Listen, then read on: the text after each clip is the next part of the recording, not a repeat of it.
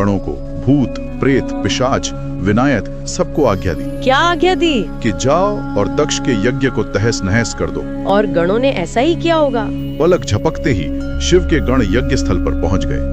उन्होंने देवताओं को हराया, यज्ञ की वेदी तोड़ दी, सारा सामान बिखेर दिया, पूरा यज्ञ विध्वंस कर दिया। तब तो दक्ष का सारा घमंड टूट गया होगा। बिल्कुल। यज्ञ का यह हाल देखकर दक्ष प्रजापति का सारा उत्साह, सारा घमंड चूर चूर हो गया। वो डर गए और भागकर भगवान शिव की शरण में पहुंचे। फिर उन्होंने क्षमा मांगी। हाँ, हाथ जोड़कर स्तुति करने लगे। हे महादेव, मैं अज्ञानी हूँ, मैं आपके प्रभाव को समझ नहीं सका। आप ही तो सब देवताओं के स्वामी हैं, ईश्वर हैं, मुझ पर कृपा कीजिए प्रभु। शिव जी तो आशुतोष हैं, जल्दी प्रसन्न हो जाते हैं। उन्होंने क्या कहा? हाँ, शिव जी का क्रोध शांत हुआ। उन्होंने कहा, प्रजापते, तुमने यज्ञ किया और मैंने तुम्हें उसका फल दे दिया है। यहाँ फल का मतलब परिणाम से था, यज्ञ का विध्वंस। अब तुम अपनी इच्छा पूरी करने के लिए इस यज्ञ का जो उचित फल है वो प्राप्त करोगे। दक्ष प्रणाम करके वापस चले गए। लेकिन शिवजी का क्या हुआ? सती तो चली गई। शिवजी वो पत्नी के वियोग में बहुत व्याकुल हो गए। वो उसी गंगा द्वार के पास रहकर सती को याद करने लगे।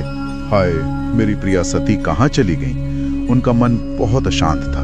ये तो बहुत दुखद है। हाँ, तभी वहां देवर्षि नारद आए। उन्होंने शिवजी को सांत्वना दी।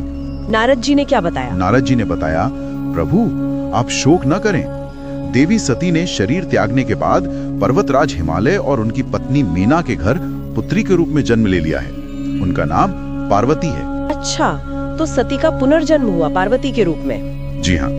महादेव ने ध्यान लगाकर देखा तो उन्हें ये बात सत्य लगी। तब जाकर उनका मन शांत हुआ, उन्हें तसल्ली हुई। उन्हें विश्वास हो गया कि समय आने पर पार्वती बड़ी होंगी और उनका विवाह फिर से पार्वती से होगा। तो इस तरह ये कथा पूरी हुई। बिल्कुल। पुलस्त्य जी ने भीष्म को यही बताया कि इस तरह पुराने समय में सती के देह त्याग और शिव जी के क्रोध की वजह से दक्ष का यज्ञ नष्ट हुआ था। वाह, क्या कहानी है!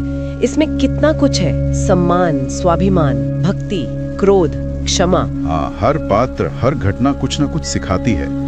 आशा है ये कथा हमारे श्रोताओं को न केवल अच्छी लगी होगी बल्कि इसके गहरे संदेशों पर वो सोचेंगे भी। बिल्कुल।